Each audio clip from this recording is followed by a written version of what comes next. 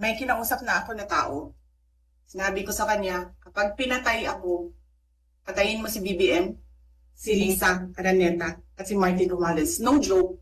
Ang kontrobersyal na pagbabanta ni Vice President Sara Duterte sa buhay ni Pangulong Bongbong Marcos at ilang miyembro ng kanyang pamilya na ungkat sa deliberasyon ng Kamara hinggil sa mga reklamong nais patalsikin sa pwesto ang pangalawang Pangulo. Iginiit ng mga complainant na paglabag ito sa konstitusyon, pagtataksil sa tiwala ng publiko at maituturing na pasok sa pamantayan ng high crimes. Sa deliberasyon ng House Justice Committee ngayong Martes, March 3, nanindigan si mamamayang Liberal Representative Laila de Lima, ang endorser ng reklamo, na isa ang mga pahayag na ito sa pinakamalakas na batayan ng impeachment.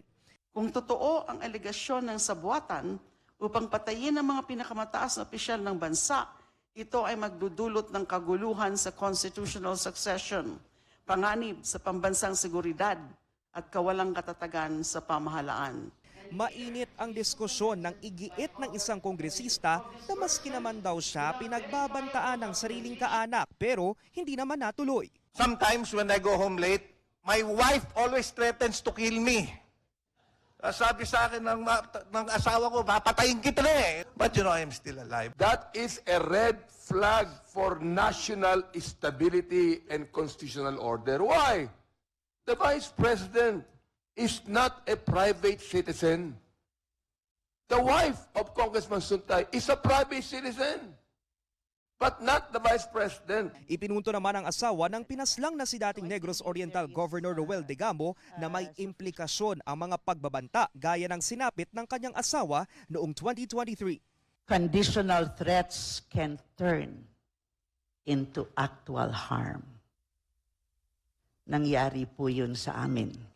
Pati ang pahayag ni Duterte kung saan na-imagine niya raw na pugutan ng ulo ang Pangulo, tinalakay sa deliberasyon.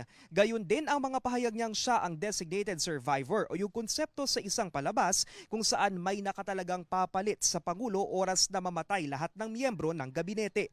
Giit na mga complainant, nagpapakita raw kasi ito ng motibo ng destabilisasyon. May mga dumepensa sa naging pahayag ng bise pero ang isa nauwi sa sexual remarks na hindi nagustuhan ng mga mambabatas at pinatanggal sa records. May ratterans na I'm designating myself. In fact, hindi nga pwede yun eh. Can you designate yourself without a process? Sinabi lang niya yun. Siguro magpapatawa lang siya. Nakita ko si Ann Curtis. Ang ganda-ganda pala niya. You know, may desire sa loob ko na nag-init talaga. Na-imagine ko na lang kung anong pwedeng mangyari. Pero siyempre, hanggang imagination na lang yun. Pero di naman siguro ako pwedeng kasuhan dahil kung ano-ano ina-imagine ko eh. Pinagdebatihan naman ng mga kongresista ang jurisdiksyon ng komite sa mga aligasyon laban kay Duterte bilang dating Education Secretary. Pinalabas din ang testimonya ng ilang education officials na tumestigo sa Kamara noong 2024 na nakatanggap sila ng envelope ng pera mula kay Duterte. Isa sa batayang ginamit ng mga complainant ang panunuhol. These allegations about actuations of Vice President Sara as a duly appointed Secretary of Education is not within the jurisdiction of an impeachment court. For example, na ilustrasyon, logic lang po ito. Yung dalawang kamay natin. For example, ito yung Vice President, ito yung Secretary of Education. Ito yung perang binigay sa Secretary of Education na kasama ng kamay ng Vice President. Ang tanong ko ito, sino ba nag-iisip? Isa lang ang utak eh.